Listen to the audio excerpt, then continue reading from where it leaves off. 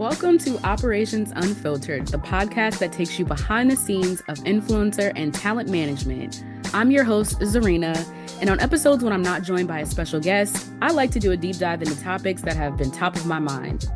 Today's episode, we're going to dive into something that hits close to home for a lot of us, the rise and slow decline of BET programming. Yes, we are going there, so get comfy because I've got thoughts.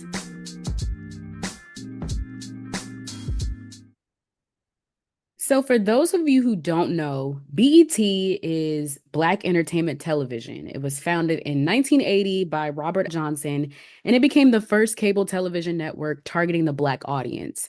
In its heyday, BET was the cultural epicenter. If you were Black, into music, or just wanted to see something other than the mainstream, sort of cookie cutter media, BET had your back.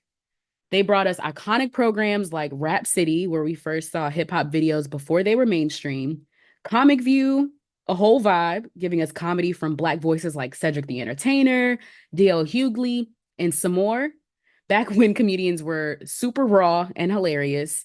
And of course, we can't forget 106 in Park. We'll talk more about that later. But let's just say it was one of the shows we all raced home to catch. BET was also known for its award shows, the BET Awards, the Hip Hop Awards, the Gospel Awards. It was a time where the culture came together to celebrate Black excellence. People used to throw watch parties. I remember being in high school and all of my friends would get together at one person's house and we would pop popcorn, watch the outfits. We all remember that iconic moment when Nipsey Hussle slapped a security guard. It was truly a time. But somewhere along the line, BET kind of lost its magic. The shows started disappearing one by one. College Hill, gone. The Game, shipped off to another network. Y'all remember that dating show, Hell Date? Good times, but it didn't last. Even 106 in Park ended in 2014. And that's when a lot of us started side-eyeing BET like, what is happening over there? I was sick of the constant reruns of Baby Boy. Like, enough is enough. Fast forward to today, and the decline is pretty obvious, especially when you look at how they handled the recent BET Hip Hop Awards. Lauren LaRosa mentioned it on The Breakfast Club. She mentioned that it was filmed on October 8th and aired on the 14th, but nobody even knew it was happening. Like, no shade, but how does your audience not know about it until after it airs? It was just honestly a lack of promotion, and I personally feel like that was a flop. It's like launching a new product without telling anyone. How, BET, how? And don't get me wrong, I have love for BET, so much love and admiration for the old regime and even this new regime. I think they're doing the best that they can in this modern society. But I remember when Stephen Hill was running things, that man gave us some of the most iconic cultural moments. Beyonce's jaw-dropping performances, Monique as the host, Steve Harvey as the host, Michael Jackson tributes, Prince tributes, just legends honoring legends. We used to gather around the TV like it was a Black family reunion every year.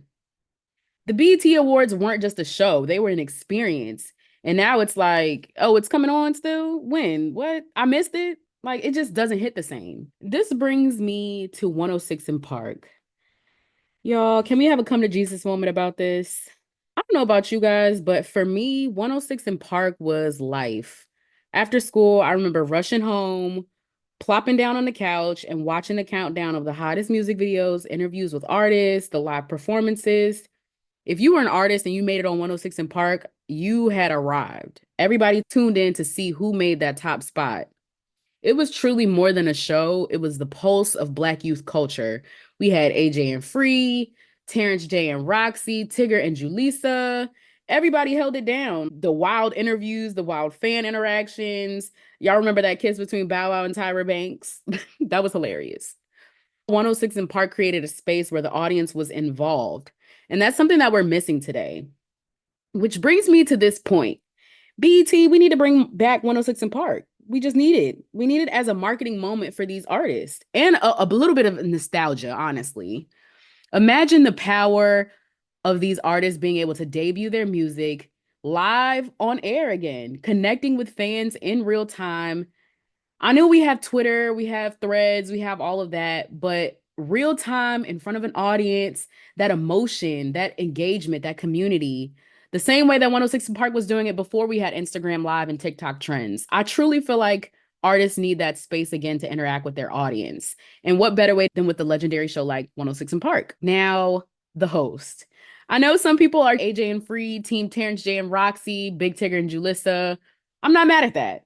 Terrence is a pro, Tigger is a pro, but I think they're all in different stages of their life. And it would be great to have them come back as like guest hosts, but maybe we could spice it up with some new energy, some people that we might be familiar with. I'm thinking maybe Nyla Simone. She's young, she's fresh, she knows the culture. I don't know if you guys are familiar with her. If you listen to The Breakfast Club, she does Pass the Aux on Fridays. She has her podcast. She just truly gives me A&R vibes. So I feel like she would be a great host for that. And Ivy Rivera, she's another one of Charlemagne the God's nieces, but she has her ear to the street, great A&R vibes, and I think she already has a relationship with BET. So if you guys are looking for hosts, those are my two candidates. And of course, Lauren LaRosa, but I think she's good where she's at on Breakfast Club. They need to give her a fourth seat, but that's neither here nor there. All in all of this ties back to marketing. Like when we look at the BET's decline or slow decline, we're really talking about a breakdown in their project management, in my opinion. And I could be completely wrong, but hey, this is Operations Unfiltered. We're looking at this through a project management lens. In my opinion, running a network like BET is no different than running a brand campaign. You've got to manage timelines, keep your audience engaged, and of course, promote your content. BET really used to be the king of that. Like I said, the BET Awards was a cultural moment. We all knew it was coming. We all were sitting watching the countdown shows. It was really a time. Now it feels like someone forgot to send a Slack reminder about it. Like, how are you going to throw a party of the year and forget to send the invites? Honestly, I feel like they could use a project manager on deck or maybe Stephen Hill. Hey, where you at? Give me a timeline, a marketing plan, and some hype. We could be rolling out teasers, creating campaigns with influencers, doing countdowns, the whole nine yards.